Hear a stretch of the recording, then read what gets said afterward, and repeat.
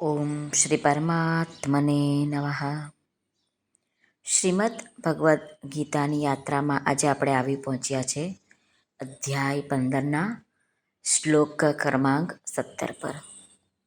ભગવાન કહે છે કે આ સંસારમાં નાશવંત અને અવિનાશી આ બે પ્રકારના પુરુષો હોય છે. જેનું પણ નામ છે ને એનો નાશ અવશ્ય જ છે.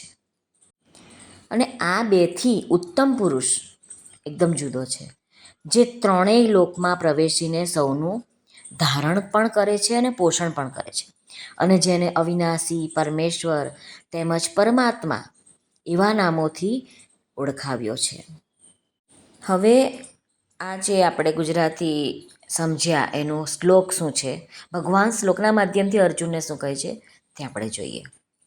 શ્રી ભગવાન ઉવાચ ઉત્તમઃ પુરુષસ્ત્વન્યઃ પરમાત્મેત્યુદાહૃતઃ યો લોકત્રયમાવિશ્ય બિભર્તવ્યય ઈશ્વરઃ. ઉત્તમઃ પુરુષસ્ત્વન્યઃ, અવિનાશી અક્ષર, એનાથી પણ અલગ બતાવવાને માટે ભગવાન અહીં પોતાને નાશવાન અક્ષરથી અતીત અને અવિનાશી અક્ષરથી ઉત્તમ બતાવ્યા છે. પરમાત્માનો અંશ હોવાથી પણ જીવાત્માની દ્રષ્ટિ અને ખેંચાણ નાશવાન અક્ષરની બાજુ જ થઈ રહ્યું છે.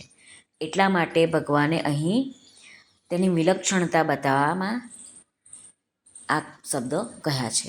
પરમાત્મેત્યુદાહૃતઃ, જે આ લોકમાં ઉત્તમ પુરુષ છે એને જ પરમાત્મા કહેવાય છે. પરમ એટલે શ્રેષ્ઠ, અને બધા જ જીવોનો આત્મા, જીવાત્માનો પણ પરમેશ્વર. ભગવાન કહે છે કે નિર્ગુણ અને સગુણ બધું એક જ પુરુષોત્તમ જ છે.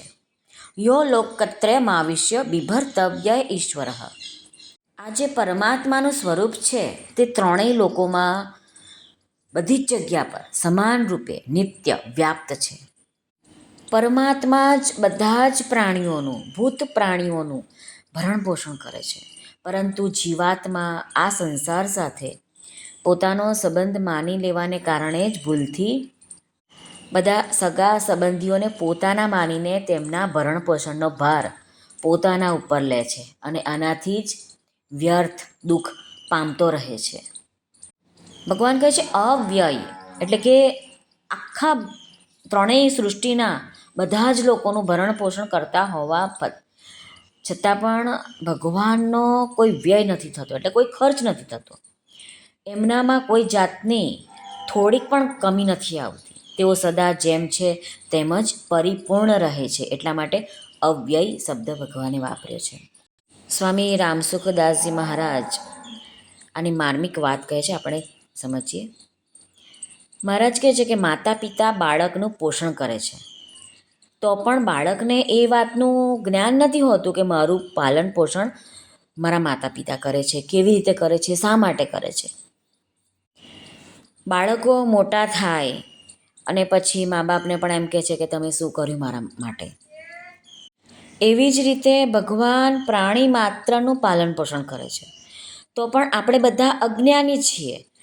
આની ખબર જ નથી પડતી કે મારું પાલન પોષણ કોણ કરે છે.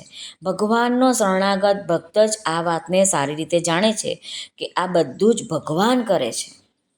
કરવા વાળો પણ ભગવાન છે અને કરાવવા વાળો પણ ભગવાન છે. પાલન પોષણ કરવામાં ભગવાન કોઈની સાથે પક્ષપાત નથી કરતા.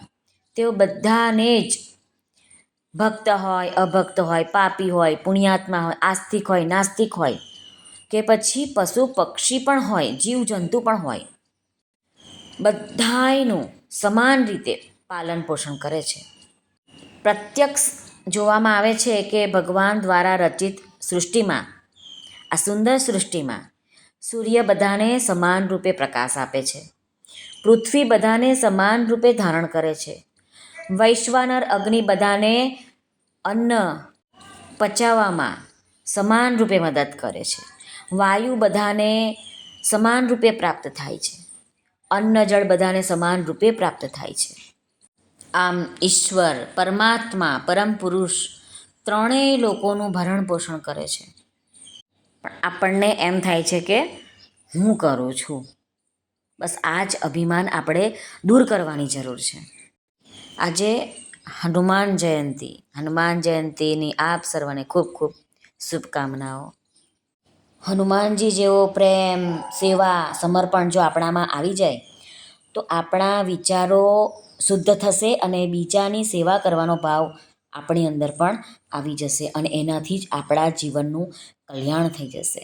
એવો ભાર નહીં લાગે કે આ બધું હું કરું છું, અને એનાથી જ આપણું જીવન પરિવર્તન થઈ જશે. જીવન સહજ, સાર્થક અને સાત સિતારોવાળું થઈ જશે. આમ અમારા રાજદીદી કહે છે. શ્રી કૃષ્ણ અર્પણમસ્તુ. સર્વને ભાવથી જય શ્રી કૃષ્ણ. રાધે રાધે. હરિઓમ તત્સત. જય ગુરુદેવ દત્ત. સર્વનું કલ્યાણ થાઓ, સર્વનું કલ્યાણ થાઓ, સર્વનું કલ્યાણ થાઓ.